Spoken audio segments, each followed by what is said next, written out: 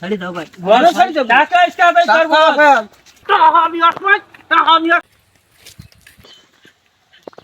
বুঝেছে শালা বসে রইছ। আরে ভাই, ভাই ভালো আছেন ভাই? হ্যাঁ হ্যাঁ ভালো। বসেন বসেন বসেন ভাই বসেন। বলতে কি বসান পরে তোর ফোন দেখুন কয়বার ফোন দিস। ও ফোন, হ্যাঁ ও ফোন আমার কাছে নেই। ফোন আমারও সাবাল নিয়ে গেছে। ভাই আগে বসেন দেন, আগে বসেন, কথা পরে আগে। তুই বয়, আমি কোন দাঁড়া কথা বলছি। বয় তুই বয়।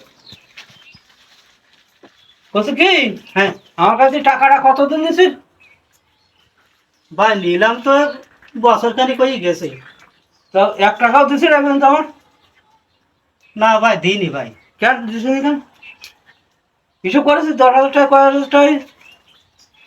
না তো ভাই এসব করে দেখিনি, কত হয়েছে ভাই? 60,000 টাকা। টাকা দে।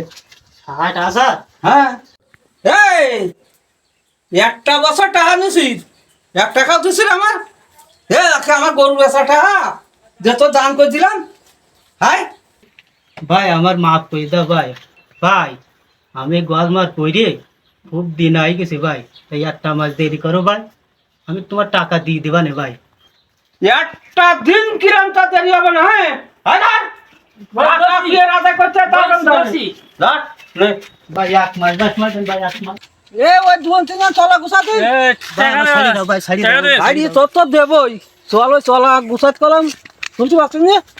ভাই, ছাড়ি দাও ভাই। বলে ছাড়ি দাও। টাকা ইসকা আদায় করব।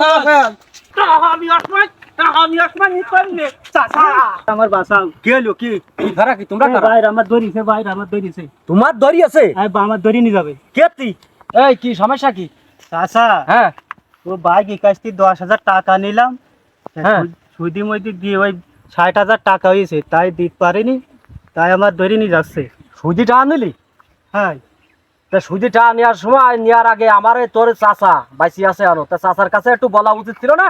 এটা বলা উচিত ছিল, হ্যাঁ। কিন্তু আমি বলতে পারিনি। তা বলতে পারছো না, তো আমি কি করবো? সুদি টাকা পাবে তারা নিয়ে যাবে, দিতে পারতো তিনি চাচা তুমি আমার বাসাও, চাচা তুমি আমার বাসাও। আমার ছাড়িয়ে দে। চাচা আমার বাসাও। আমারও সুদিটার কারবারের মধ্যে আমার ঢুকে বস, এটা নিয়ে চলেন। আমি ওর মধ্যে নাই। আমি একটি চাচার কাজ। হাই আসামের টাকা হলে আসাম ফিট টাকা দে। বস চলেন, ব্যস্ত টাকা দে।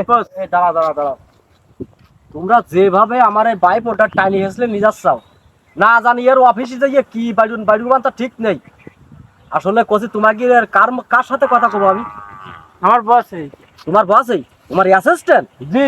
ওরে শালার কপাল। তো কত বছর দিয়েছো আমার বাইপের কাছে টাকা? 1 বছর কত টাকা? 10,000 টাকা। 10,000 টাকায় 60,000 টাকা হয়েছে। লালু 25 বার ফোন দিছি, হ্যাঁ। ফোন রিসিভ করিনি। আচ্ছা আজ 1 বছরের বাড়ি কতরও আসেনি, আজকে আমার আসতে হইলো কেন?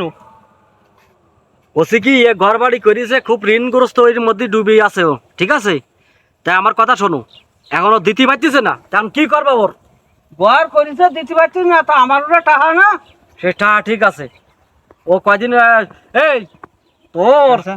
তোর জন্য আজকে আমার সুদের মধ্যে পাপের মধ্যে আমার ঢুকতে হইতেছে। কচি বাবা যে আমি একটা কথা কব, দেখো আমি মুরব্বী মানুষ, আমার তোমার বিশ্বাস হয়? তো ভাই আমি 5 ওয়াক্ত নামাজ পড়ি, তা তোমার বিশ্বাস হয়? ভাই তাহলে কচি কি কবে পারবি তুই টাকা দিতে, তাই ক আমার ক। ওই 1 মাস 1 মাস। 1 মাস 10 দিন পরে আইসে তুমি আমার কাছে টাকা নিয়ে যাবা। বস হবে না। ভালো করবি দিয়ে।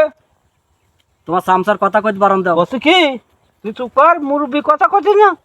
মুরব্বীর দর্ব, ওর দর্ব না, ও চিনিনি, ওর আসেনি। আচ্ছা 1 মাস 10 দিন পর আমার কাছ থেকে আইসে টাকা নিয়ে যাবা। ভালো কর বুঝে শুনে কই। হ্যাঁ বাবাজি, নাইলে আমি দেবো, যাও। নাইলে আমি যদি বাইপো ছাড়িয়ে দিই, তোমরা এখন তাই এইরাম কি করা করতে যাও, না জানি অফিসে যাইয়ে কি করা করবান তা তো আমি বুঝতে পারতেছি। ঠিক আছে তা বলতে পারছিস যাও। বলছে কি হ্যাঁ এই 1 মাসে হ্যাঁ 60,000 টাকায় হ্যাঁ। কত টাকা হবে না তা বুঝতে পারছিস? যাও কসি বাবাজি, আমি একটা কথা কই, কও। একটা মাস তুমি মাফ করে দাও। তাতে দিয়ে- আমার ব্যবসা বাঁচবে। এখন অন্য জায়গাতে করি নেন, তোমাকে সুদি ব্যবসা তো দাতা হয়ে পড়িছে, ওরে সর্বনার ব্যবসা বাঁচবে। দাদা ছাড়ি দাও।